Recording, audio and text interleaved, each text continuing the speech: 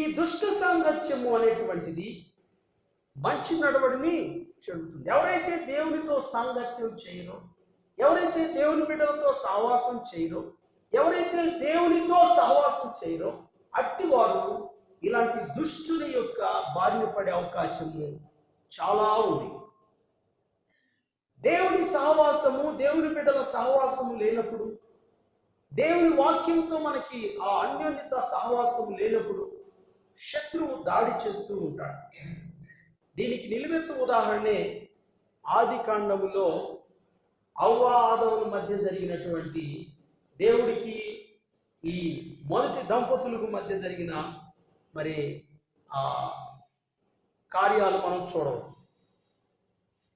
చదవబడిన లేఖన భాగంలో ఏమంటున్నాడంటే, దేవుడు మనుషులందరినీ కూడా నీతివంతులుగా చేసినప్పటికీ మనుషులు దుష్ట సాంగత్యం వల్ల, మనం అర్థం చేసుకోవాల్సిన విషయం ఏంటంటే, దుష్ట సాంగత్యం వల్ల మంచి వాళ్ళు కూడా ఏమవుతున్నారు, చెడ్డవాళ్ళుగా మారిపోతున్నారు.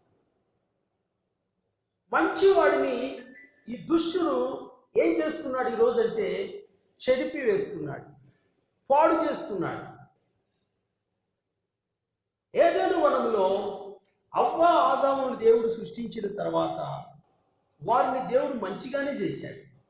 ఇది మంచిది అని కూడా దేవుడు తలంచాడు. సృష్టి ఆరంభం నుండి దేవుడు చేసింది ప్రతిదీ కూడా ఎలా ఉందంటే మంచిగానే ఉందని దేవుడు చూశాడు. అంతా మంచిగానే ఉంది. ఎప్పుడైతే ఈ దుష్టుడు లేదా సాతానుడు వారి దగ్గరకు వచ్చాడో, వారిలో మరి వ్యర్థమైనటువంటి మాటలు, అసత్యపు మాటలు చెబుతూ వచ్చాడో, వారు దాన్ని అంగీకరించారు. అప్పుడే వాళ్ళ పతనం ప్రారంభమైనట్లుగా మనం చూస్తున్నాం. ఇంగ్లీష్లో చాలా బాగుంటుంది. ఇంగ్లీష్లో ఏముంటుందంటే ఈవిల్ కమ్యూనికేషన్ అని ఉంటుంది ఇంగ్లీష్లో. నేను మీ కొరకు ఆ మాట చదివి వినిపిస్తాను. కొరింథీయులకు రాసిన మొదటి పత్రిక 15వ అధ్యాయం, first epistle of Paul to Corinthians chapter 15 verse 33. నేను మీ కొరకు చదివి వినిపిస్తాను. జాగ్రత్తగా నుండి, చాలా వండర్ఫుల్గా ఉన్నది word. Be not deceived, evil communications corrupt good manners.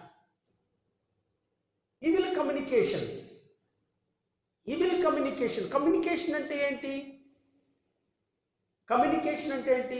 భావ వ్యక్తీకరణ లేదా నీ యొక్క అభిప్రాయాలు పంచుకునే విధానము, నీ ఆలోచనలు పంచుకోవటం. వేరే వాళ్ళతో నువ్వు పంచుకోవచ్చు, నువ్వు వేరే వాళ్ళతో పంచుకుంటూ ఉంటాం కదా, దాన్ని కమ్యూనికేషన్ అంటారు. కమ్యూనికేషన్ అంటే నా మనసులో ఉన్నది మీకు తెలియపరచడం. ఈవిల్ కమ్యూనికేషన్ అంటే అర్థం ఏంటంటే చెడ్డ, ఏంటిది? చెడ్డ సమాచారం. చెడ్డ సమాచారం ఏం చేస్తుందంటే మంచివాడిని కూడా వాడు చేస్తుంది. దాంట్లో సందేహం లేదు. అందుకని ప్రసంగి గ్రంథంలో ఒకసారి మనం చూసినట్లయితే, ప్రసంగి గ్రంథము 7వ అధ్యాయం 29వ వచనం, ఎక్లేషియాస్టస్ చాప్టర్ 7 verse 29.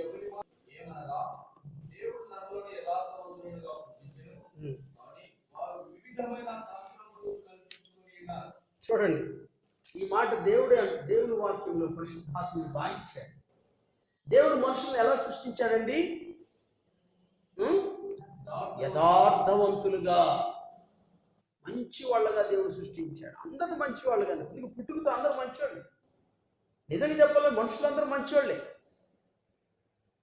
ఎప్పుడు వాడు చెడిపోతుంటాడంటే ఈవిల్ కమ్యూనికేషన్, చెడ్డ సమాచారం, వ్యర్థమైన సమాచారం, ఇది తీసుకునడం ద్వారా తన హృదయంలో లేనిపోని కలవరము, గందరగోళం మొదలైపోయి తాను చెడిపోతూ ఉంటాడు, తాను పాడైపోతుంటాడు, తాను నశించిపోతూ ఉంటాడు.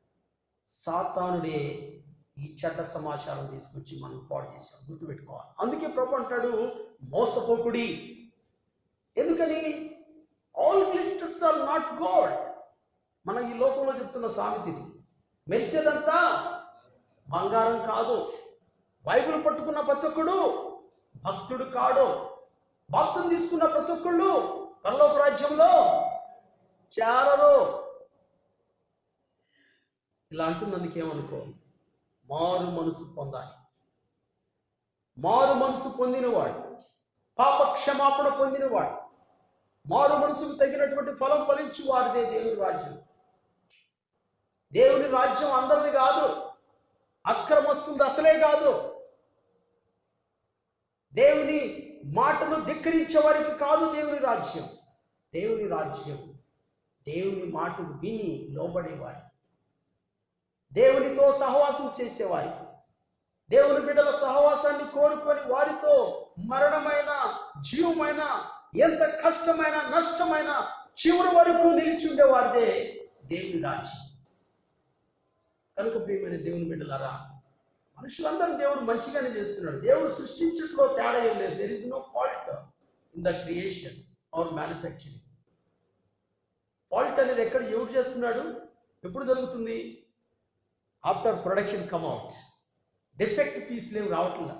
దేవుడు అన్నిటిని చక్కగా చేస్తున్నాడు. కానీ బయటకు వచ్చిన తర్వాత ఈ ఈవిల్ కమ్యూనికేషన్ అనేటువంటి మెకానిజాన్ని, ఏ మెకానిజం మన హృదయంలో మన తలంపులన్నిటిని ఏం చేస్తుంది? చెడుపుతుంది.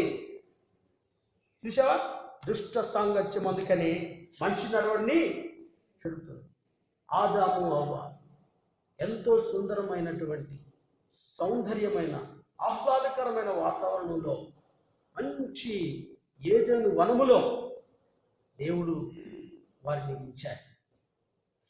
ఏది తక్కువ చేయాల. ఇంకా చెప్పాలంటే దేవుడు వారిని ఏం చేశాడు? ఆశీర్వదించాడు. అయితే ఇక్కడ ఏం జరిగింది? ఇక్కడ మనందరికీ తెలుసు కదా, సాతానుడు వచ్చి వారిని ఎంతో తొందర చేశాడు. దేవుడు మనుషుని సృజించాడు. ఆ తర్వాత మనుషుడు ఏం చేశాడంటే అసలు దేవుడు ఎందుకు సృజించాడో మర్చిపోయేటట్లుగా చేశాడు. ఈ ఈవిల్ కమ్యూనికేషన్, ఈ దుష్టుడు ఇచ్చిన సమాచారం వల్ల ఏమైందంటే మనుషుడు ఎందుకు దేవుడు సృష్టించాడో, ఏ ఉద్దేశంతో సృష్టించాడో అనే విషయం కూడా మర్చిపోయేటట్టుగా చేశాడు సాతానుడు. ఇక్కడ కూర్చున్న మనం కూడా ఈ సమయంలో ఒక ఆలోచన చేయాలి. ఏంటంటే దేవుడు మనలను లేదా నన్ను ఎందుకు సృష్టించాడు? ఈ ప్రశ్న ప్రతి ఒక్కరూ కూడా వేసుకోవాలి. ప్రతి ఒక్కరూ కూడా ఈ ప్రశ్న వేసుకోవాలి. ఏదో పుట్టాము, మన అమ్మ నాన్న కన్నారు కాబట్టి వాళ్ళు పెంచారు, అది పెద్దోళ్ళు అయ్యాం, ఏదో 4 రెక్కలు ఉన్నాయి, రెక్కలతో బతుకుతున్నాం, చచ్చిపోతాం అంటే నీ జీవితానికి అది సార్థకం కాదు. ఇది జీవిత పరమార్థం కానే కాదు. జీవిత పరమార్థం ఏంటంటే నిన్ను దేవుడు ఎందుకు ఏర్పాటు చేసుకున్నాడో గుర్తెరగ. ఆదికాండం ఇప్పుడు యెషయా గ్రంథం 43వ అధ్యాయానికి ఒకసారి రండి. యెషయా గ్రంథం 43వ అధ్యాయం 7వ వచనం. Book of Isaiah chapter 43:7.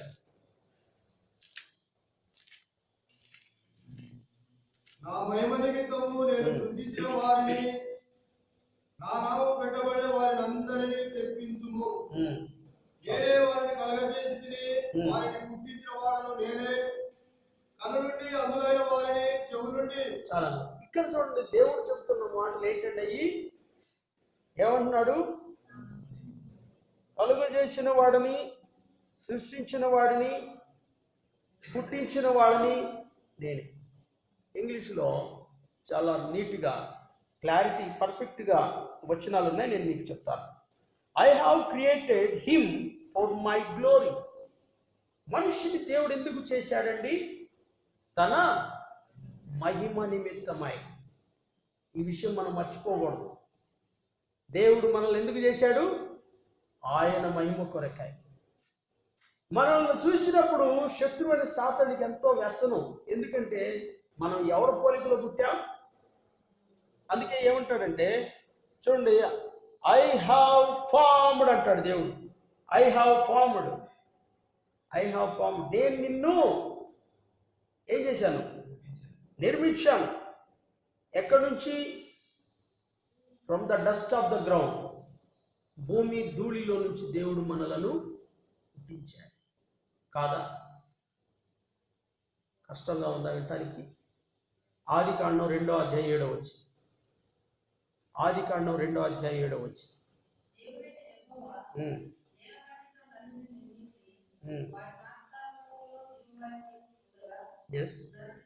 ఎక్కడి నుంచి పుట్టించాడండి?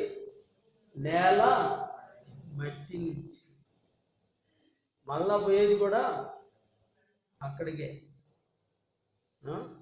ఏమి తీసుకురాలి ఇక్కడికి, ఏమి తీసుకొని పో. ఇది అందరికీ తెలిసినా కానీ మళ్ళా నాది నాది నాది నాది అని నష్టపోతుంది. ఎందుకు ఈ ఆలోచన, ఎందుకు వస్తుంది నాది అనే ఆలోచన? దుష్టుడు నిన్ను పాడు చేస్తున్నాడు. దుష్టుడు లక్షణమే ఏంటంటే నాది, నేను, I. It's a kind of pride. మొన్న కాటేజ్ మీటింగ్లో దేవుడు మనతో మాట్లాడుతున్నాడు. మనుష్యుల హృదయంలో నుంచి వచ్చాయి ఇవన్నీ కూడా సైతాను గుణాలు. పాడుపడినటువంటి హృదయాల్లో ఇలాంటి ఆలోచనలు వస్తూ ఉంటాయి. దేవుని బిడ్డలు, మారు మనసు పొందిన వాళ్ళకి అలాంటి ఆలోచనలు ఉండకూడదు. నాది కాదు, నేను కాదు, క్రీస్తే అన్నాడు దైవజనుడు. ఎవరన్నాడు మాట? ఎవరన్నారండి? నేను కాదు, నాట్ ఐ బట్ క్రైస్ట్. నేను కాదు, క్రీస్తే. అయ్యి ఏం మారాలంటే సీగా కన్నం మారాల. అదే మారు మనసు అంటే. ఐ అనేటువంటి అక్షరం నిలువుగా ఉంటుంది. అది ఏమవ్వాలా? వంగిపోవాలి, బెండ్ అవ్వాలి. బెండ్ అయితే సీగా మారుతుంది. సి అంటే క్రైస్ట్. బెండ్ అవ్వాలా. బెండ్ అవ్వకపోతే దేవుడు బెండ్ చేస్తాడు, బెండ్ తీస్తాడు. చూసేవా? బెండ్. యాకోబుని ఒకసారి బెండ్ తీసాడు దేవుడు. యాకోబుని ఎబ్బోకు రేవు దగ్గర ఏం జరిగింది? ఒక్క దెబ్బ కొడితే కరెక్ట్గా వచ్చి సీగా మారిపోయాడు. ఆ తర్వాత నుంచి ఇశ్రాయేల్గా మారిపోయాడు. అప్పుడు దాకా నేను, నాది, ఇవన్నీ నాయి, ఈ నా భార్య, నా పిల్లలు, నా డబ్బు, నా గొర్రెలు. వాళ్ళ మామతో లాభంతో నా గొర్రెలు, నీ గొర్రెలు, ఇదే కన్వర్జేషన్. ఎప్పుడైతే ఎబ్బోకు రేవు అనుభవంలోకి వచ్చాడో ఆయన వెంటనే మారిపోయాడు, ఇశ్రాయేలుగా మారిపోయాడు. ప్రియ సహోదరుడు, ఆ సహోదరి, దేవుడు మన జీవితంలో తప్పకుండా ఈ అనుభవంలో తీసుకొస్తాడు. బాధపడొద్దు. మనం ఆయన రూపంలో మారాలనే కానీ ఇదేదో పనిష్మెంట్ కాదు, ఇదేదో శిక్ష కాదు నీ మీద. నువ్వు ఆయన వలే మారాలి, క్రీస్తు వలే మారాలి, క్రీస్తు సారూప్యంలోనికి రావాలి. ఆయన గుణాలు మనలో ఉండాలి. దేవుని మహిమకరమైనటువంటి వ్యక్తిగా మార్చబడటమే దేవుని చిత్తం. దేవుడు మనలను సృష్టించాడు. దేనికి సృష్టించాడు? ఎలా సృష్టించాడు? ఆయన స్వరూపమందు, ఆయన పోలికలో కదా. రండి, మొదటి అధ్యాయం, ఆదికాండం మొదటి అధ్యాయం 26వ వచనం చదవండి. దేవుడు మన స్వరూపమందు మన పోలిక చొప్పున నరులను చేయుదము. ఓకే. మన సముద్రపు చేపలను, ఆకాశ పక్షులను, పశువులను, సమస్త భూమిని, భూమి మీద ప్రాకు ప్రతి జంతువును ఏలుదుగా కనియు పలికెను. చూశారండి? ఏలడం కోసం మనల్ని ఏర్పాటు చేశాడు. ఎవరిని ఏలటానికి? జంతువులను, పక్షులను అన్నిటిని కూడా ఏలేవాడిగా చేశాడు, ఏలికగా చేశాడు. అయితే ఈ మనుషుడు ఎందుకు నిర్మించబడ్డాడు అనేటువంటి సత్యము మర్చిపోయేటట్టు చేశాడు. మనుషుడు నిర్మించబడటంలో దేవుడు కొన్ని బాధ్యతలు ఇచ్చాడు. అయ్యేంటి? ఈ సమయంలో మనుషుల్ని సృష్టించినప్పుడు దేవుడు కొన్ని బాధ్యతలు ఇచ్చాడు. వాటిని చూడటానికి మనం ప్రయత్నించాలి. ఆదికాండం మొదటి అధ్యాయం 28, 26 చదివాం ఆల్రెడీ. 28 చదవండి. 28. దేవుడు వారిని ఆశీర్వదించెను. yes, ఫలించి అభివృద్ధి పొంది విస్తరించి భూమిని నిండించి చూడండి, ఇది మనకిచ్చినటువంటి బాధ్యత. ఏంటది? ఫలించాలి, తర్వాత విస్తరించాలి, తర్వాత అధికారిగా ఉండాలి, రూల్ చేయాలి, అధికారిగా ఉండాలి. మొదటిగా ఏం బాధ్యత అంటే మనం నింపాలి, భూమిని నిండింప చేయాలి. రెండోది లోపరుచుకోవాలి. మూడోది ఫలించేటువంటి అనుభవం, ఆ రూల్ చేసేటువంటి ఆధిక్యత దేవుడు ఇచ్చాడు. ఇది మనకిచ్చి దేవుడు ఇచ్చిన బాధ్యత. దేవుడు మొట్టమొదటి మనుషులకి ఇచ్చిన బాధ్యతలు ఏంటండి? ఇవి. తర్వాత ఇంకా కొన్ని బాధ్యతలు ఇచ్చాడు. అవి కూడా 2వ అధ్యాయం 15 వచనం. మరియు దేవుడైన యెహోవా నరుని తీసుకొని ఓకే ఏదెను తోటను సేద్యపరచుటకును దాన్ని కాచుటకును చూడండి, ఇక్కడ మరొక బాధ్యత ఇచ్చాడు మనిషికి. ఏమి ఇచ్చాడు ఆదాముకి? ఏదైనా తోటని ఏం చేయాలి? సేద్యం చేయాలి. ఇంకేం చేయాలా? కాయాలి. చూసారా? పని చేయాలి. ఏం పని చేయాలా? దేవుడు నీకు ఏదో అప్పగించాడు, ఆ పని నమ్మకంగా చేయాలి. సేద్యం చేయాలి అంటే దున్నటం, కష్టించి పని చేయటం. ఆదాముకి దేవుడు ఇచ్చినటువంటి బాధ్యత. ఒక మనిషికి దేవుడు ఇచ్చిన బాధ్యత ఏంటంటే హార్డ్ వర్కింగ్. వర్క్ హార్డ్, కష్టపడి పని చేయి. సోమరిపోతుల్లా ఉండకూడదు. సోమరివాడు చేను దాటిదాగా దాంట్లో ఏముంది అంటాడు? పల్లేరికాయలు, ముళ్ళగుండ్లు, పిచ్చి చెట్లతో నిండిపోయింది అంటాడు సొలొమోను. సోమరివాడు అభివృద్ధి కాలేడు. సోమరివాడు ఆశీర్వదించబడలేడు. సోమరివాడు ఉన్నత స్థాయికి ఎదగలేడు. దేవుని బిడ్డలు ఎట్లుండాలంటే కష్టించి పని చేయాలి, చెమటొచ్చి పని చేయాలి. సోమరిపోతుల్లా ఉండి కొంతమంది భక్తి ముసుగులో సోమరులు అవుతారు. తెలుసా మీకు? భక్తి ముసుగులో సోమరులు ఏంటంటే, నేను ఏంటి బ్రదర్ ఏం జాబ్ చేయరంటే, నేను ప్రార్థన చేస్తున్నాను బ్రదర్. దయచేసి ఆలోచించండి. దేవుడు మనం సోమరులు ఉండటానికి భూమి మీద పెట్టలా. కష్టించి పని చేయాలి, చెమటొచ్చి పని చేయాలి. చూసారా? ఇదేంటి? ఎన్నో బాధ్యత ఇది రెండోది. మొదటిది ఏంటంటే, మొదటిగా ఏం చేశాడు? మొదటి అధ్యాయం 8లో మీరు భూమిని నిండించి ఫలించి అభివృద్ధి అవ్వాలి. మనం అభివృద్ధి అవ్వాలి, మనం వృద్ధి చెందాలి, మనం ఫలించాలి. అప్పుడే దేవుడికి మహిమ కలుగుతుంది కదా. ఏమండి? దేవుడి బిడ్డలు ఎలా ఉండాలి? ఫలించేట అనుభవం, మంచిగా ఫలించాలి. అంతేగాని బెగ్గర్స్ లాగా తయారవ్వకూడదు దేవుని బిడ్డ. అడుక్కునేవాళ్ళుగా తయారవ్వకూడదు దేవుని బిడ్డ. కష్టపడి పని. అందుకే foreigners they work very hard. మనం అనుకుంటాం కానీ ఫారినర్స్ భలే బాగుంటారని కాదు. వాళ్ళు throughout the class they work very hard. ఎవరి మీద డిపెండ్ కావాలి. అందుకే ఫారిన్లో దరిద్రం అనేది ఉండదు. మన ఇండియాలో ఉన్నంత దరిద్రులు ప్రపంచంలో మరి ఎక్కడ ఉండరేమో అనుకుంటారు. నాకు తెలిసి, నాకున్న చిన్న జ్ఞానం, మ్యాక్సిమం 50% ఇష్టపడం. కష్టపడి పనిచేయాలంటే ఇంకా తల ప్రాణం తోక్కొచ్చింది. ఒకరోజు గట్టిగా పని చేస్తే 3 రోజులు ముసుగేసుకుంటుంది. ఏంటంటే జ్వరం వచ్చింది, కాళ్ళు నొప్పి, కడుపు నొప్పి, రకరకాల నొప్పులు చెప్పుకుంటూ కూర్చుంటుంది. దానికి కూడా ప్రార్థన చేయండి. ఎంత అయిపోయిందంటే దేవుడు చెప్పిన బాధ్యత, దేవుడు ఇచ్చిన రెగ్యులర్గా పనిచేసే వాళ్ళకి ఏ నొప్పులు ఉండవు. రెగ్యులర్గా పనిచేసే వాళ్ళకి ఏ నొప్పి ఉండదు. చాలా ఆరోగ్యంగా ఉంటారు వాళ్ళు, చాలా యాక్టివ్గా ఉంటారు. పని చేయకుండా ఉన్నవాడికి సకల సమస్యలు వస్తాయి. కాలు ఇటు పెట్టినా నొప్పే, అటు తిప్పినా నొప్పే, కూర్చున్నా నొప్పే, లేచినా నొప్పే. కారణం ఏంటంటే పని చేయడు, సోమరి. కనీసం వాకింగ్ కూడా చేయకపోతున్నారు. ఎంతకని ఇట్లాగా దేవుడు నీకేం చెప్పాడు మర్చిపోయావు. ఈరోజు మనం మర్చిపోయాం. ఒకవేళ మీరు ఇవన్నీ చేస్తే మీరు చాలా మంచివాళ్ళు, మీరు నిజంగా దేవుని చేత ఆశీర్వదించబడుతున్న బిడ్డలే, నేను కాదంటున్నా. దేవుని వాక్యం ఒకసారి జ్ఞాపకం చేస్తుంది. ఇక్కడ ఏం రాయబడిందంటే, మొదటిగా మరి ఫలించాలి, నిండించాలి, విస్తరించాలి, అధికారంగా ఉండాలి. ఇది దేవుని చిత్తం. అందుకే నిన్ను పుట్టించింది దేవుడు. రెండోది ఏంటి? సేద్యం చేయాలి. సేద్యం అంటే ఒక మాటలో చెప్పాడు కానీ సేద్యం చేసేవాళ్ళు అడిగితే తెలుసు. ఏమండి? Agriculture, the work of agriculture is very hardest work. నేను కూడా అగ్రికల్చర్ బ్యాక్గ్రౌండ్ నుంచి వచ్చా, వ్యవసాయ బ్యాక్గ్రౌండ్ నుంచి వచ్చా. నాకు తెలుసు, పత్తి పొలాలు తెలుసు, మిరప పొలాలు తెలుసు, పసుపులు, వరి, జొన్న, రకరకాల పంటలు నాకు బాగా ఐడియా ఉంది. నేను కూడా కొన్ని పంటలు పండించా, నాకు బాగా తెలుసు. దేవుని కృపను బట్టి ఈ అనుభవాల నుంచి నేను వచ్చాను. Very hard work. మట్టిలోనే ఉండాల్సి ఉంటుంది. మార్నింగ్ నుంచి ఈవినింగ్ దాకా ఫుల్ డస్ట్లోనే ఉంటా. అయితే అది శ్రేష్టమైన మట్టి మనం అనుకుంటాం, కానీ ఆ మట్టి చాలా మంచి మట్టి. ఆ భూమి మట్టి మన కంటితేనే మనకు ఆరోగ్యం వచ్చింది. అలాంటి మట్టి. మరి ఈ పట్టణాల్లో మట్టి గురించి చెప్పనవసరం.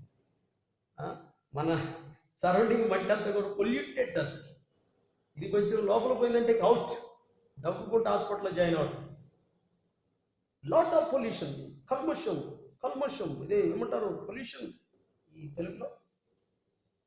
పొల్యూషన్ అంటే ఏంటి? కలుషితమైనటువంటి భూమి, కలుషితమైన వాతావరణం, కలుషితమైన ప్రజలు, కలుషితమైనటువంటి కల్చర్, అంతా కలుషితమే. జాగ్రత్తగా ఉండాలి. అందుకే ప్రభు అంటాడు, మోసపోవద్దండి, దుష్ట సాంగత్యం మంచి నడవడిని చెబుతుంది. ఇక్కడ మూడోది మనిషికి దేవుడు ఇచ్చిన బాధ్యత ఏంటో చూద్దామండి. 1వ అధ్యాయం ఆదికాండం 29:30. భూమి మీద నుండి జంతువులన్నిటికీ, ఆకాశ పక్షులన్నిటికీ, చదవండి. భూమి మీద ప్రాకు సమస్త జీవులకు పచ్చని చెట్లన్నీ ఆహారమగునని పలికెను. ఆ ప్రకారమే. ఓకే, దేవుడు మనిషి డైట్ కూడా ఏంటి ఇక్కడ నిర్ణయించాడు. ఏంటండి మనిషి డైట్, మనిషి ఆహారం ఏంటి? 29:30 చదవండి. దేవుడు ఇదిగో భూమి మీద ఉన్న విత్తనములిచ్చు ప్రతి చెట్టును, విత్తనములిచ్చు వృక్ష ఫలం గల ప్రతి వృక్షమును మీకు ఇచ్చి ఉన్నారు. ఓకే, అవి మీకు ఆహారమగును. ఓకే. భూమి మీద నుండి జంతువులన్నిటికీ, ఆకాశ పక్షులన్నిటికీ, భూమి మీద ప్రాకు సమస్త జీవులకు పచ్చని చెట్లన్నీ ఆహారమగునని పలికెను. ఆ ప్రకారమాయను. ఇప్పుడు చూడండి, పక్షులన్నిటికీ, జంతువులన్నిటికీ, భూమి మీద ప్రాకు ప్రతి జీవికి పచ్చని చెట్లన్నీ ఆహారం ఉందని పలికని. ఇప్పుడు చెప్పండి, ఎక్కడ నాన్ వెజ్ ఉంది? ఎక్కడ ఇదే నాన్ వెజ్ ఉందా? ఇక్కడ లేదు. ఉందా? నాన్ వెజ్, వెజిటేరియన్, ప్యూర్లీ వెజిటేరియన్గా చేశాడు దేవుడు మనిషిని. Pure vegetarian. మనుషుడు నాన్ వెజ్కి ఇచ్చినంత టాప్ ప్రయారిటీ వెజిటేరియన్కి ఇవ్వటం లేదు. అదే దానివల్ల కూడా ఈరోజు ఆరోగ్య సంబంధమైన సమస్యలు ఎదుర్కొంటున్నాం. ఆరోగ్య సంబంధమైన సమస్యలు. Vegetarian is good for health కదా. కూరగాయలు, ఆకుకూరలు ఎవరిని మంచిది కదా. మరి కొంతమంది ఉంటారు, మొక్కలైందే ముద్ద దిగదు.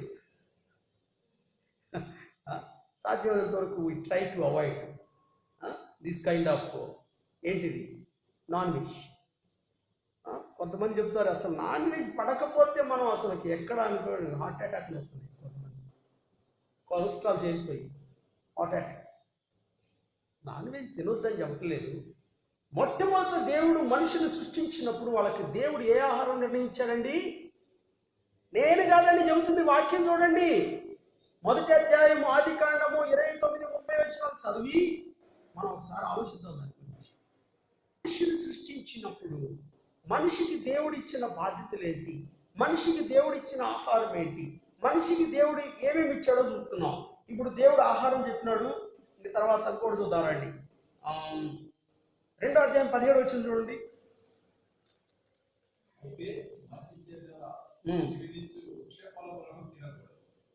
ఇది ఒక రిస్ట్రిక్షన్ ఇచ్చాడు, ఒక కండిషన్.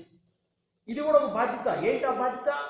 నువ్వు మంచి చెట్లు తెలునిచ్చే ఈ చెట్టు పండు నువ్వు తినొద్దు అనేది ఒక్క ఇన్స్ట్రక్షన్ అండి. ఒకే ఒక కండిషన్, ఒకే ఒక ఆజ్ఞ. మిగతా నువ్వు యథేచ్ఛగా నువ్వు తినవచ్చు అని దేవుడు మనిషిని సృష్టించిన తర్వాత ఈ విధమైనటువంటి ఒక ప్యాటర్న్, ఒక మెను ఇచ్చాడు. మంచి వాళ్ళుగా చేశాడు. దేవుని పోలికలో సృష్టించాడు. దేవుని మనసు ఇచ్చాడు. దేవుని రూపం ఇచ్చాడు. దేవుని రూపం అంటే మీకు ఇక్కడ ప్రశ్న రావాలి. ఏంటో తెలుసా? అసలు దేవునికి రూపం ఉందా? నేను ఇంతకుముందు ఒకసారి మేము ప్రశ్నించినట్టున్నాను. దేవునికి ఏ రూపం ఉంది? యోహాను సువార్త 4వ అధ్యాయం 24 ప్రకారం దేవుడు ఆత్మస్వరూపి అని అంటాం. దేవుడు ఆత్మస్వరూపి. మరి అలాంటప్పుడు ఆత్మస్వరూపికి ఏ రూపాన్ని నువ్వు ఆపాదిస్తావు? దేవుడు ఆత్మ కనుక ఆయనను ఆరాధించువారు ఆత్మతోనూ సత్యంతోనూ ఆరాధించగలరు. చూడండి, దేవుడు ఆత్మ. ఈ ఆత్మస్వరూపికి మనం ఏ రూపాన్ని ఇస్తాం? అందుకే మనకి ఇక్కడ ఏ విగ్రహాలు పెట్టమని దేవుడు ఎక్కడ కూడా చెప్పాడా? కొంతమంది సిలువ పెట్టుకోవచ్చు, ఏం కాదంటారు. సిలువ పెట్టుకోవచ్చు. సిలువ అనేది ప్రభువు అనుభవించిన మరణ శిక్షను గుర్తు చేసింది తప్ప నుంచి ఈ సిలువ ఈ సిలువ కట్టె సిలువ నిన్ను రక్షించదు. ఆ సిలువ పైన మరణించిన యేసు రక్తం నిన్ను రక్షిస్తుంది. యేసు ప్రభు నిన్ను రక్షిస్తాడు, కానీ సిలువ కాదు.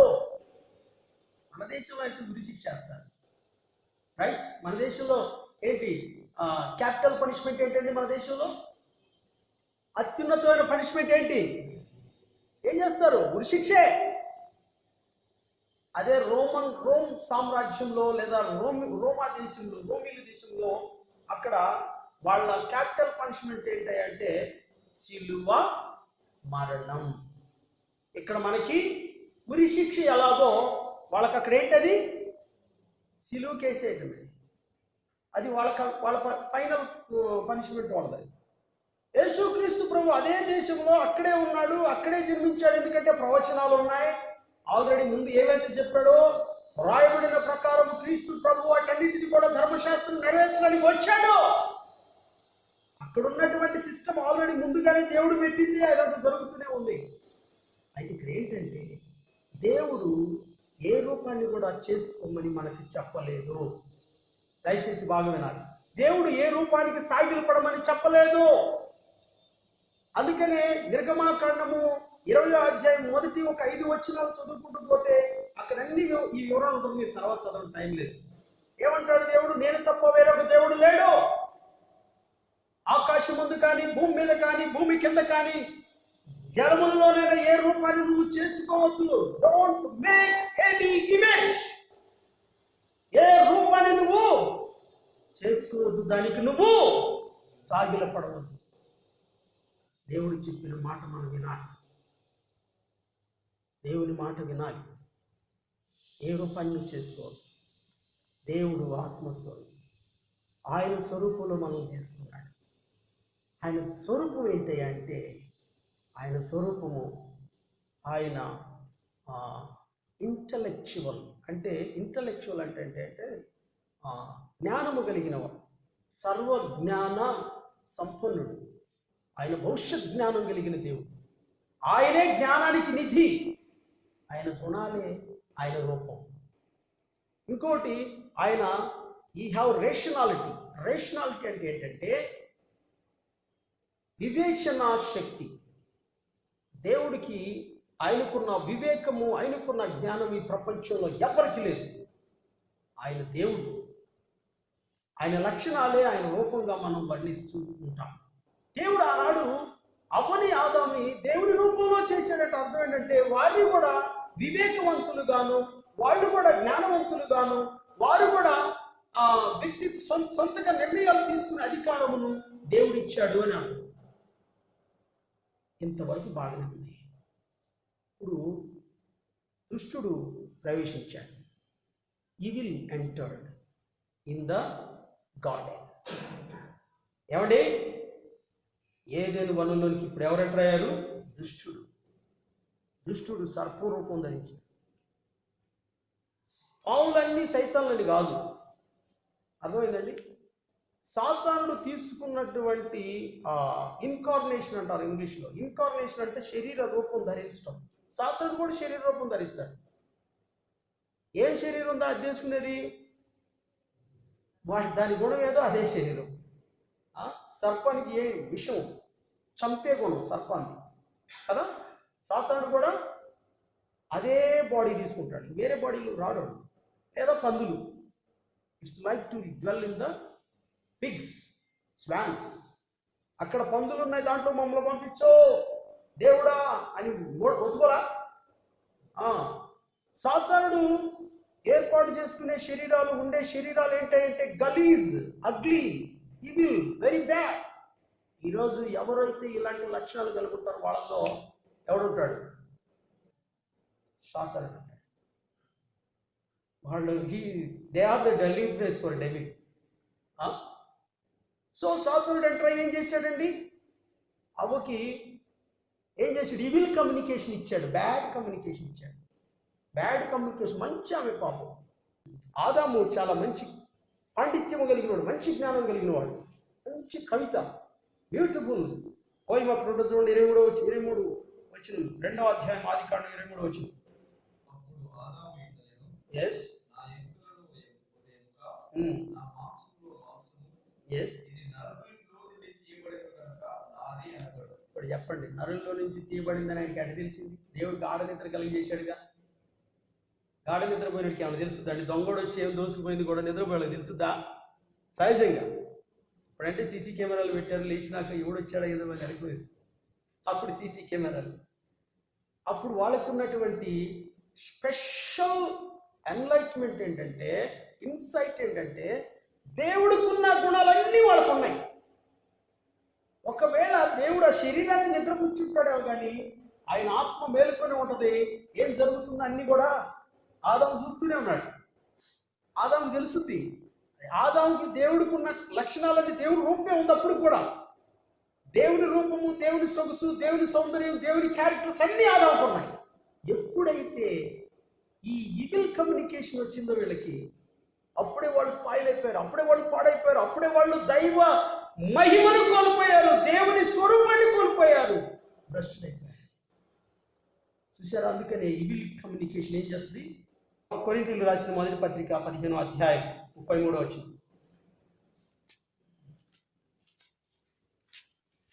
దుష్ట సాంగత్యము, మంచి నడవడిని చెరుపును. చాలు. Don't deceive. Be not deceived. Evil communications corrupt good manners. మంచి మనస్సాక్షి, మంచి మనుషులను, మంచి బిడ్డలను, దేవుని బిడ్డలను కూడా సాతానుడు ఈవిల్ కమ్యూనికేషన్ ఏం చేస్తుంది? పాడు చేస్తుంది. పాడు చేస్తుంది. ఆనాడు అవ్వ ఆదాముని ఏం చేసింది? పాడు చేసింది. అవ్వ స్పాయిల్. కారణం ఏంటో తెలుసు? Evil communication. ఈవిల్ కమ్యూనికేషన్ ఎలా ఉందో ఒకసారి చూద్దాం రండి. ఈవిల్ కమ్యూనికేషన్ ఇప్పుడు ఎట్లా ఉంటుందంటే, ఆదికాండం 3వ అధ్యాయం 4వ వచనం. ఓకే, 4వ వచనం గమనించండి. సర్పం ఏమంటుంది? ఏంటంటే సిస్టర్ అలా ఏమంటున్నాడు? నువ్వు చావటమా? What is this? ఎవరు చెప్పారు నీకు? ఈవిల్ కమ్యూనికేషన్, చెడ్డ తలంపులు, రాంగ్ ఇన్ఫర్మేషన్స్. ఏం చేస్తున్నావుని? You shall not die. నువ్వు చచ్చిపోవు. దేవుడు చచ్చిపోతావురా అంటే సైతం ఏమంటుంది? ఈవిల్ కమ్యూనికేషన్ ఆ మైండ్ అంతా కరెక్ట్ చేస్తుంది. నెంబర్ 2, రెండవ కమ్యూనికేషన్ ఏంటది? సైతాను చేసిన రెండవ కమ్యూనికేషన్ చూడండి. ఇదే 3వ అధ్యాయం 5వ వచనం. మీరు వాటిని దినదినమున మీ కన్నులు తెరవబడిననియు, మీరు మంచి చెడ్డలను ఎరిగిన వారై దేవతల వలె ఉండుననియు దేవునికి తెలియనని చెప్పగా, this is what complete evil communication. పరిపూర్ణమైనటువంటి చెడ్డ సమాచారం ఇది, పాడు సమాచారం ఇది. మనుషులు పాడు చేసే సమాచారం, పాడు చేసే మాటలు. ఏం చెప్తుంది? మొదట నువ్వు దేవుడు చచ్చిపోతాడన్నాడంటే చావు నువ్వు అని చెప్పింది. నెంబర్ 2 ఏం చెప్తుందో తెలుసా? నో నో నో నో, మీ కన్నులు తెరవబడతాయి. మా కన్నులు తెలుసుకోవటమా? What is this? మీకేం తెలుసు? ఈ కొండ మీద ఉన్న మందిరంలో కూర్చుంటారో? ఈ కళ్ళు తెరవబడాలంటే నా మాట వినండి. నేను చెప్తున్నా, ఏం రాదు. ఈ మొన్నగా నిన్నగా మొన్న వచ్చినాడు, ఆడికి ఏం తెలుసు అని అంటే వెంటనే మన కళ్ళు అవునా అవునా. సాతానుడు వేసేటువంటి బాణాలు ఈవిల్ కమ్యూనికేషన్. ప్రియ సహోదరులారా, మోసపోదు. మన కన్నులు, దేవుడు ఆల్రెడీ వాళ్ళ కన్నులు వెలిగిపోతున్నాయి. వాళ్ళ కన్నులు ఎలాంటి కన్నులు అంటే అదృశ్యమైన వాటిని కూడా చూడగలిగేటువంటి శక్తి కలిగిన కన్నులు. అదే మనకి పౌలు కొరింథీయులకు రాసిన మొదటి పత్రిక 2వ అధ్యాయం 10వ వచనంలో అంటాడు. అది మన సార్వత్రిక సంఘానికి దేవుడు ఇచ్చిన వాగ్దానం. ఏమంటాడు? మనకైతే దేవుడు తన ఆత్మ వలన, మనకైతే దేవుడు మనకి వాటిని తన ఆత్మ వలన బయలుపరిచి అన్నిటినీ, దేవుని మర్మములను కూడా పరిశోధిస్తాడు. ఆ సైట్, రైట్ లైట్ మనకు ఆల్రెడీ వాళ్ళకు ఉంది. వాళ్ళ కన్నులు ప్రకాశమానమైన కన్నులు, వాళ్ళు అన్నిటినీ చూడగల కన్నులు. వాళ్ళ కన్నులు మర్మములు అన్నిటిని శోధించగలిగిన ప్రభావవంతమైన కన్నులు దేవుడిస్తే సాతాను ఏమంటాడండి? మీరు ఈ పున్ను తిన్నప్పుడు మీ కళ్ళు తెరవబడతాయి. అంటే అర్థం ఏంటి? ఇప్పుడు దాకా మా కళ్ళు మూసుకున్నాయేమో, ఇంతకాలం నిజమే అనుకున్నాం, ప్రతిదీ ఆ జాష బ్రదర్ చెప్పింది, ఆ దేవుడు చెప్పింది. నో నో నో, చెప్పండి మీరు చెప్పండి, అదే అని సాతానుడు ఏం చేస్తాడు? మనల్ని చేయకూడదు పనులు, దేవుడు చెప్పిన వాటిని చేయకుండా అభ్యంతరపరుస్తాడు. ప్రియ సంగమా, దేవుని బిడ్డ, మోసపోవద్దు. దేవుడు వెక్కిరించబడు. దేవుడు వాక్యం సత్యం. దేవుని సంఘము సత్యములకు స్తంభము, ఆధారమైనది. గుర్తుపెట్టుకోండి, దేవుని సంఘం అంటే సత్యానికి స్తంభం. దేవుని వాక్యమే ఆ సంఘానికి స్తంభం. అదే స్తంభం. సంఘం కట్టబడాల్సింది దేవుని వాక్యముతో. వాక్యం లేని సంఘం నిర్జీవమైన సంఘం. అట్లాంటి సంఘాల్లో డెవిల్ పనిచేస్తాడు. డెవిల్ సాతానుడు ప్రవేశిస్తాడు. ఎందుకంటే వాక్యం లేదు. ఈ అవ్వగారి దగ్గర కూడా వాక్యము లేదు. ఉన్న వాక్యం తట్టిడి తిప్పేసింది. దేవుడు తినవద్దు, తింటే చస్తావంటే ఏమేమంటది? ముట్టవద్దు అని చెప్పినాడని ఆజ్ఞేసింది ఆమె. ఏది? దేవుడు చెప్పిన దానికి కొంతమంది బోధకులు ఉంటారు. దేవుడు చెప్పింది ఒకటైతే ఇంకోటి కలిపి బోధ చేస్తారు. మోసపోవద్దు. ప్రతి బోధ నమ్మొద్దు. దేవుని వాక్యాన్ని అర్థం చేసుకోండి. దేవుని వాక్యం వాళ్ళు కూడా ఇలా చెబుతారు. దేవుని వాక్యం అర్థం చేసుకోండి. అయితే ప్రార్థన చేయండి. ప్రభువా, ఏది సత్యం, ఏది అసత్యం మాకు తెలుసుకోవడానికి మా మనోనేత్రాలు వెలిగించని ప్రార్థన చేయండి. ఈవిల్ కమ్యూనికేషన్స్ నమ్మొద్దు. Don't believe evil communications. ఇంకేం చేసినాడు వాడు? మీ కన్నులు తెరవబడటమే కాదు, మూడవ కమ్యూనికేషన్ ఏంటి? మీరు మంచి చెడ్డలు తెలుసుకొని దేవదూతల వలె మారిపోతావు. ఎలా మారుతావు? దేవదూతలు. అరే, దేవదూతలు గొప్ప, దేవుడు గొప్ప? చెప్పండి మీరు. దేవుడు తన స్వరూపం ముందు తన పోలికలో సృష్టించుకొని తన కుమారుడుగా స్వీకరించి వాళ్ళతో సహవాసం చేస్తుంటే, ఆయన సొంత బిడ్డలైపోయిన వాళ్ళని, దేవుని బిడ్డలను సాతానుడు వచ్చామంటాడంటే మీరు దేవతలుగా మారుతారండి. ఒరే దేవతలా వాళ్ళంట? తినరాదు, పండు తిను, అప్పుడు వెంటనే దేవతగా మారిపోతాం. దేవత అందుకే మీకు ఇంగ్లీష్ బైబిల్లో కేజేబీలు ఏముండదు తెలుసా? స్మాల్ జీ రాసి ఉంటుంది. గాడ్ అన్నది విల్ బికమ్ గాడ్స్. ఏంజల్స్ అని ఉండదు, గాడ్స్ అని ఉంటుంది. గాడ్స్. ఏం గాడ్స్? చాలా గాడ్స్ ఉన్నారు ఈ లోకంలో. ఇన్ని గాడ్స్ లేరు. ఒక ఊగిపోతా ఉంటుంది ఏంటంటే గాడ్ దేవుడు వచ్చాడు అంటది. దేవుడు కాదు, దెయ్యం. దేవుడికి దెయ్యానికి తేడా తెలియకుండా యాప మండలు, చింత మండలు, ఆ మండలు ఈ మండలు గుట్టులు పెట్టుకొని తిరుగుతున్నారు జనాలు ఇక్కడ. ఎందుకు? కళ్ళు మూసేశాడు సాతానుడు. మనోనేత్రాలు మూయబడిపోయినాయి. ప్రియ సంఘమా, దేవుని బిడ్డలారా, ఈవిల్ కమ్యూనికేషన్ ఏం చేస్తుందండి? ఏం చేస్తుంది? మంచి నడవడిని చెరుపుతుంది. ప్రియ సంఘమా, దయచేసి గమనించండి. సాతానుడు ఈరోజు ఏం చేస్తున్నాడు తెలుసా? ఈ ప్రపంచాన్ని సాతానుడు అసత్య మార్గంలోకి నడిపిస్తున్నాడు. తిమోతికి రాసిన, యోహాను రాసిన మొదటి పత్రిక 5వ అధ్యాయం 19వ వచనం. యోహాను రాసిన మొదటి పత్రిక 5వ అధ్యాయం 19వ వచనం. త్వరగా చదవండి, టైం అయిపోతుంది. లోకమంతా ఎవరి చేతిలో ఉంది? మోసం చేసి అందరు మనుషుల్ని తెలుసుకొని వాడి చేతులు పెట్టుకున్నాడు. అక్రమం కదా ఇది? వాడు అక్రమం వస్తుంది. ప్రకటన గ్రంథం 20వ అధ్యాయం 3వ వచనం చదవండి. 20వ అధ్యాయం ప్రకటన గ్రంథం. ఓకే.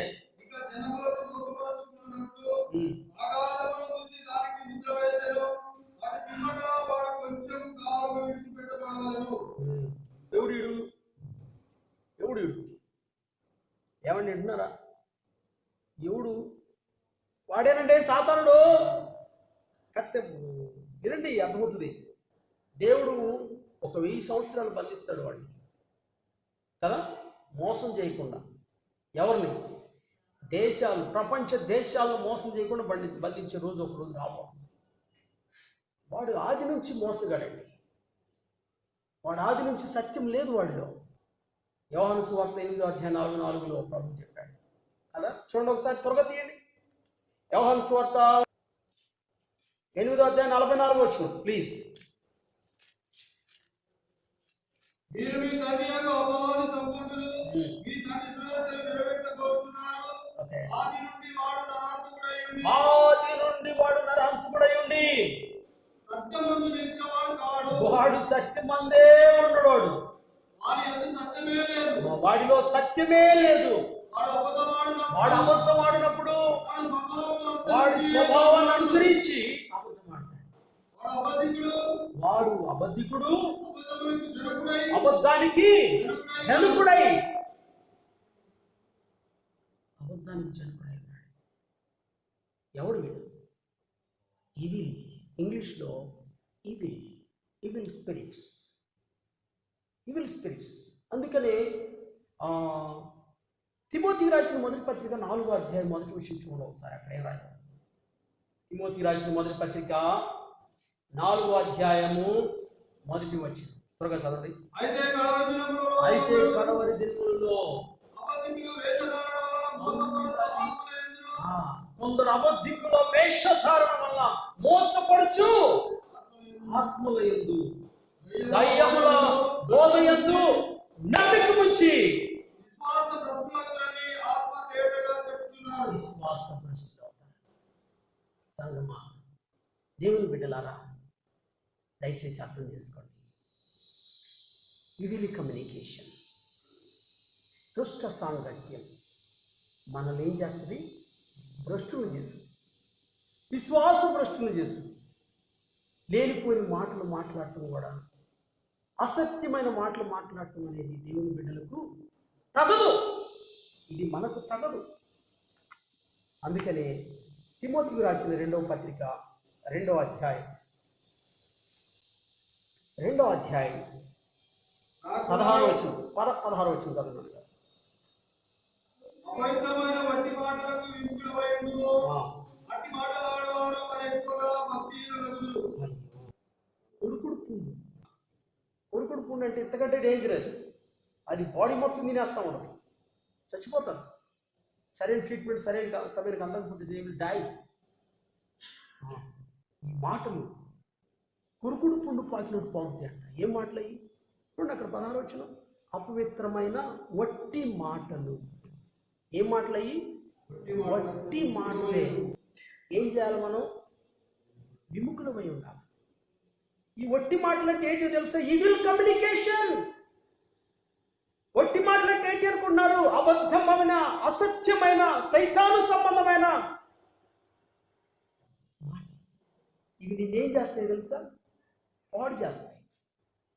ప్రియ సహోదరుడా, నా ప్రియ సహోదరి, ఎవరో ఏదో చెబుతున్నారని, ఏదేదో విచిత్రంగా ఉందని నువ్వు ఎప్పుడు మోసపోవద్దు. నీ దేవుడు నిన్నెప్పుడు అన్యాయం చేయడు. నీకు నీ దేవుడు నిన్నెప్పుడు అనాథగా విడిచిపెట్టడు. నీ దేవుడు ఎప్పుడు నిన్ను మర్చిపోడు. దేవుని వాక్యమే సత్యం, దేవుడే సత్యం. దేవుని వాక్యం నందు విశ్వాసం ఉంచండి. దేవుని యందు విశ్వాసం ఉంచండి. అసత్యాన్ని జరిగించకూడదు. అసత్యపు మాటలు మనం వినకూడదు. వ్యర్థమైన మాటలు మాట్లాడుకోకూడదు. ఇది దేవుని బిడ్డలకు తగదు. దేవుని బిడ్డలకు తగదు. Evil communication. ఇంగ్లీష్లో చాలా చక్కగా ఉందన్నమాట. నేను చదవటానికి మళ్ళీ ఇష్టపడతాను. కొరింథీయులకు రాసిన మొదటి పత్రిక అందరూ చదవరండి. 15వ అధ్యాయం 33వ వచనం అందరం కలిసి చూద్దాం. Be not deceived. Evil communications corrupt good manners. దుష్ట సాంగత్యము మంచి నడవడిని చెరుపును. దుష్ట సాంగత్యం మంచి నడవడిని చెరుపు. అబ్షాలోము ఉన్నాడు. అబ్షాలోము దావీదు కుమారుడు. ఆయన ఎవరు చెప్పాడు? అహితోఫెలు అని ఒకడు ఉన్నాడు. అహితోఫెలు అనేవాడు సైతాను సంబంధి. వాడు ఏం చేసేవాడు తెలుసా? అబ్షాలోముకి చాలా రాంగ్ కౌన్సిలింగ్ ఇచ్చేవాడు, రాంగ్ ఐడియాస్ ఇచ్చేవాడు, చెడ్డ ఆలోచనలు చెప్తూ ఉండేవాడు.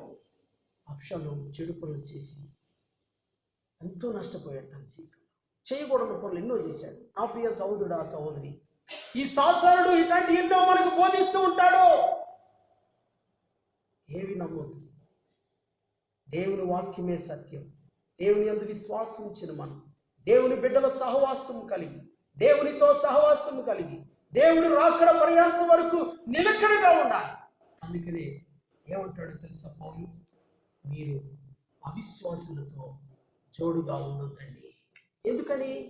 అవిశ్వాసులు ఎవడుంటాడు? సాతాను ఉంటాడు. అవిశ్వాసులో సాతాను ఉంటాడు. కాబట్టి వాళ్ళతో మీరు జోడుగా ఉండొద్దు. కొరింథీయులకు రాసిన 2వ పత్రిక 6వ అధ్యాయం 14వ వచనంలో మీరు అవిశ్వాసులతో జోడుగా ఉన్నప్పుడు నీతికి దుర్నీతితో ఏమి సాంగత్యము, వెలుగుకు చీకటితో ఏమి పొత్తు, క్రీస్తుకు బెలియాలతో ఏమి సంబంధము? 16వ వచనం వరకు చదువుదాం. మీరు అవిశ్వాసులతో జోడుగా ఉన్నప్పుడు నీతికి దుర్నీతితో ఏమి సాంగత్యము, వెలుగులకు చీకటితో ఏమి పొత్తు, క్రీస్తులకు బెలియాలతో ఏమి సంబంధము? అవిశ్వాసితో విశ్వాసికి పాలెక్కడిది? దేవుని ఆలయం. చాలా కనుక ప్రియమైన దేవుని బిడ్డలారా, ఈ దుష్ట సాంగత్యం మనల్ని, మన కుటుంబాలని, మన సంఘాలని పాడు చేస్తుంది. ఈ దుష్ట సమాచారం ఎక్కడ మనం ఇన్వైట్ చేయకూడదు. మనం ఎక్కడ కూడా వాటిని తీసుకోవద్దు. సాతానుడు ఆనాడు అవ్వ ఆదామును పాడు చేశాడు, దేవుని యొద్ద నుండి తొలగించాడు. ఈనాడు మనల్ని కూడా ఈ దుష్ట కమ్యూనికేషన్, ఇవిల్ కమ్యూనికేషన్, మీరు అనుకోవచ్చు, ఏదేదో అనుకోకండి. ఈరోజు దీనిలో ఉండదే, ఇది మనకి ఇవిల్ కమ్యూనికేషన్ పుష్కలంగా ఇచ్చింది, సమృద్ధిగా ఇచ్చింది. ఈ డబ్బా, mobile, smart phone, evil communication వద్దన్నగా ఇచ్చింది. జాగ్రత్త యవ్వన బిడ్డలారా, ప్రియ సహోదరులారా, ఇవిల్ కమ్యూనికేషన్ సెర్చ్ చేయొద్దు. ఇవిల్ చెడ్డదైంది ఏది కూడా నీ మొబైల్లో చూడదు. బైబుల్ పెట్టుకో. కావాలంటే బైబుల్ సెర్చ్ చేసుకో, తప్పులేదు. You search the Bible, search the word, research on the word. ఇంకా నీ కోరుకుంటే గ్రీక్ భాషకి వెళ్ళిపో, ట్రాన్స్లేషన్ చూసుకో, వర్డ్ స్టడీ చేసుకో, ఇంకా డీప్గా స్టడీ చేయి. కానీ వ్యర్థమైన వాటిని, ఈ ఈవిల్ కమ్యూనికేషన్ దీనిలో వస్తున్న దాన్ని పొరపాటును కూడా అది రిసీవ్ చేసుకోవద్దు. అది నిన్నేం చేస్తుంది తెలుసా? కరప్ట్ చేస్తుంది. It will corrupt your mind. నీ మైండ్ని పాడు చేస్తుంది. ఈనాడు యవ్వన బిడ్డలు వారి మైండ్లు పాడైపోతున్నాయి. పెద్దవాళ్ళ మైండ్లు పాడైపోతున్నాయి. చిన్నవాళ్ళేంది, పెద్దవాళ్ళేంది, చిన్నవాడి నుంచి పెద్దవాడు వాడి స్థాయికి తగ్గట్టుగా ఇది ఈవిల్ కమ్యూనికేషన్ సప్లై చేస్తుంది. చిన్నపిల్లలకైతే గేమ్స్ రూపంలో సప్లై చేస్తుంది. మీరు అనుకోవచ్చు, మా అబ్బాయి పని ఆడుతాడు గేమ్ అనుకోబాకు. మీ అబ్బాయి గేమ్ ఆడుతున్నాడంటే మీ అబ్బాయి సైతాను చేతిలో ఉన్నాడు, గుర్తుపెట్టుకో. ఆడెవడో పబ్జి అనే గేమ్ ఇది ఉండేదట. చాలామంది యవ్వన బిడ్డలు సూసైడ్ చేస్తుంది. Suicide themself, they died, they jumped from the top of the building. కారణం ఏంటో తెలుసా? Evil communications. నువ్వు చచ్చిపో, నీకు నెక్స్ట్ లెవెల్ ఇస్తుంది అంటది చివరికి. నువ్వు ఎక్కడి నుంచి దూకు, నెక్స్ట్ లెవెల్కి వెళ్ళిపోతావు. నెక్స్ట్ లెవెల్ ఏంటో తెలుసా? హెల్, నరకం. ఎందుకంటే వాడికి మారు మనసు ఉండదు, వాడికి పాప క్షమాపణ ఉండదు, దేవుని వాక్యం తెలీదు. విశ్వాసుల బిడ్డలు, విశ్వాసులు, దయచేసి మీ పిల్లలకి మొబైల్స్ ఇచ్చి ఆదమర్చి ఉండదు. ఎంత సమయం ఉండాలో మొబైల్ వాళ్ళ చేతులు అంత సమయం ఉంచాలి. ఒకవేళ మీ పిల్లలకి ఏదైనా ఇవ్వాలనుకుంటే, ఏది చేసినా మీరు అనుమతి ఇచ్చి మీరు చూసి అది కరెక్ట్ అనుకుంటేనే, మీ మనస్సాక్షికి అది కరెక్ట్ అనుకుంటే ఆ కాంటెంట్ వాళ్ళు చూడటానికి అనుమతించండి. కానీ వాడికి ఇచ్చేసి మా అబ్బాయికి తెలిసినంత కూడా మాకు తెలియదు మొబైల్ అన్నామంటే, మీ అబ్బాయి నీకంటే బాగా సీనియర్ అయిపోయాడని అర్థం. దేంట్లో? నీకంటే బాగా పాడైపోయాడని అర్థం. సారీ టు సీ, నీకంటే బాగా పాడైపోయాడు, నెంబర్ 1 పాడైపోయిన లిస్టులో ఉన్నాడని అర్థం. కనుక మొబైల్ చూడటం పెద్ద విద్య కాదు. పిచ్చోడు కూడా చూస్తాడు, కోతులు కూడా చూస్తున్నాయి, మంకీలు, చింపాంజీలు కూడా మొబైల్ చూస్తున్నాయి. That's not a big talent. Talent ఏంటో తెలుసా? నీ దేవుని మాట వింటమే టాలెంట్. టాలెంట్ ఏంటో తెలుసా? నీ దేవుని సన్నిధిలో మోకరించు, అదే టాలెంట్. దేవుని అసలు నిజమైన టాలెంట్ ఏంటో తెలుసా? దేవుని ఆత్మానుసారంగా నడువు, దేవుని మహిమ కొరకు, దేవుని సాధనంగా ఎల్లప్పుడూ వాడబట్టని సిద్ధంగా ఉండు. పరిశుద్ధమైన పాత్రగా నిన్ను ప్రభు కొరకై సిద్ధపరచుకుంటున్నా. ఇదే అసలు శిష్యులైన టాలెంట్. వాళ్ళే నిజమైన హీరోస్, వాళ్ళే దేవుడికి కావాలి, వాళ్ళ కోసమే దేవుడు చూస్తున్నాడు. నీ జీవితాలు పాడు చేసుకుని ఈ ఈవిల్ కమ్యూనికేషన్, కరప్ట్ మైండ్లన్నీ కరప్ట్ అయిపోయి ప్రార్థన చేద్దామన్నా మైండ్ ఎటో పోతూ ఉంటుంది. ఏమండి ఎందుకు అవుతుంది అది అంటే నీ మైండ్ ఆల్రెడీ ఏమైంది, కరెక్ట్ అయిపోయింది. ఆల్రెడీ వాడు ఎత్తాల్సినటువంటి చెడంతా నీ మైండ్లో విత్తాడు. ఒకసారి ప్రభు ముందు మోకరించి చెప్పుకుందామా? ఎక్కడెక్కడ మనం కరెక్ట్ అయిపోయాం, ఎక్కడెక్కడ మన మైండ్లో పాడు చేసుకున్నాం, ఏ మాటలు మనం పాడైపోయాం, ఎక్కడెక్కడ మన ఆత్మీయత నష్టపోతున్నాం, ఎక్కడెక్కడ దేవుడు చేత వాడబడలేని స్థితిలోకి వెళ్ళిపోతున్నాం, ఎక్కడెక్కడ విశ్వాస భ్రష్టులయ్యే పరిస్థితిలోకి వెళ్ళిపోయాం. ఆ విషయంలో ఒకసారి పరీక్షించుకుందాం. దయచేసి మోకరించండి.